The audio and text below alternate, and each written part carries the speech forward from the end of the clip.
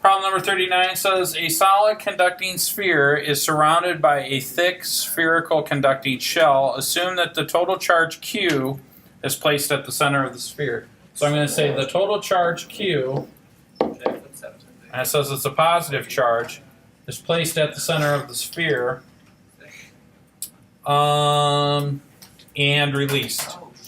After the equilibrium is reached, the inner surface of the shell will have one. Well, let me draw the picture. So this charge is placed inside of a sphere. That's the best, a perfectly drawn sphere.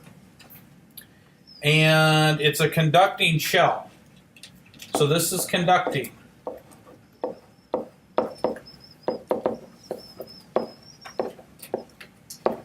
And the question is, what is the charge here on the interior of the shell? It'll either be option 1, negative, option 2, 0, option 3, positive. Okay. And then it says in terms of Q, how much charge is on the interior of the sphere? And so we'll address that in a second. So if it's a positive charge, and we talk about the electric field is going to move away from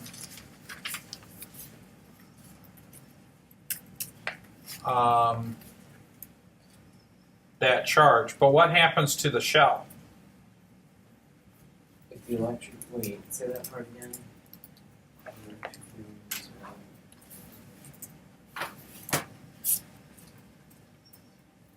And it says the inner surface of the shell. Wait, so your conducting shell is moving away or towards Q? Well, we got to think about it. Like, what happens to the shell? Basically, is it positive, is it negative, or is it 0? Yeah, but what's Q doing? Well, it's going to be negative, and the reason it's going to be negative is that this is due to induction.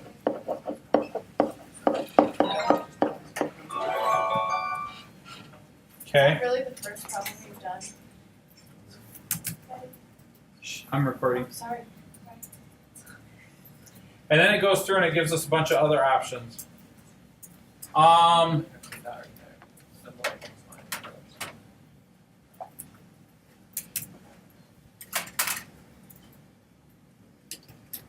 So let me reread the question so it makes a little more sense. It says a solid conducting sphere. So it says it's solid. That means that there's stuff in between, right? Like this is a solid sphere. And it says that assume that the total charge Q is placed at the center of the sphere and released. What will be after equilibrium is reached? Oh, because if it were positive, then it would like move it further away. Well, what they're saying is if you put a positive charge, what's going to happen? What after equilibrium is reached? Now, equilibrium means that it's like evenly dispersed. Yeah. So what's going to happen to the inner surface of the shell? That means that if there's some sort of induction, there should be an accumulation of negative charges, right, to reach a state of equilibrium. Otherwise, we'd have an overall positive charge. And the only way you can do that is through induction, right? And so that's what they're saying. So it would be negative due to induction. And then there's a series of questions they ask. In terms of Q, how much charge is on the interior sphere? So for part B, they want to know is how much is the charge in terms of Q. Well, it should be 0,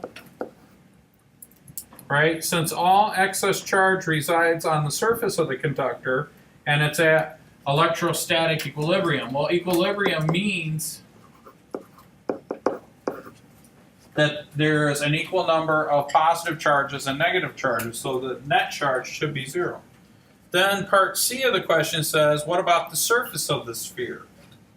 Well, the surface of the sphere, it should be a positive Q, because that's what those negative charges, that equal amount of negative charges was sucked into the inner shell, so that should have a remaining of a positive Q.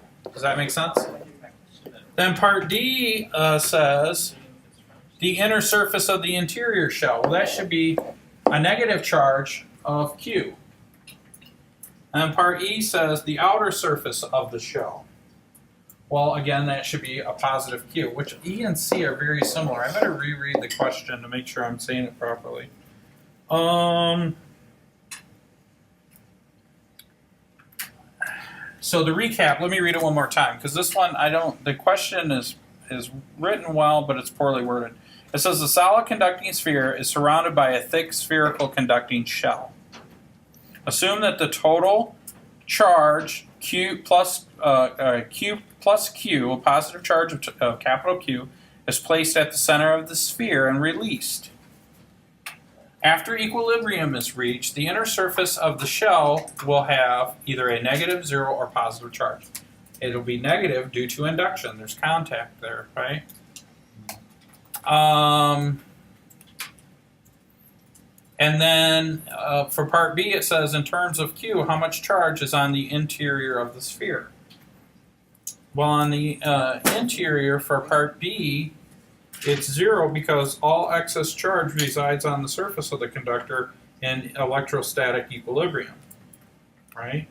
Then part C says the surface of the sphere. Well, that should be plus Q, since all excess charge resides on the surface of the conductor in the electrostatic equilibrium. And so if that exists that way, then part D is easy to answer.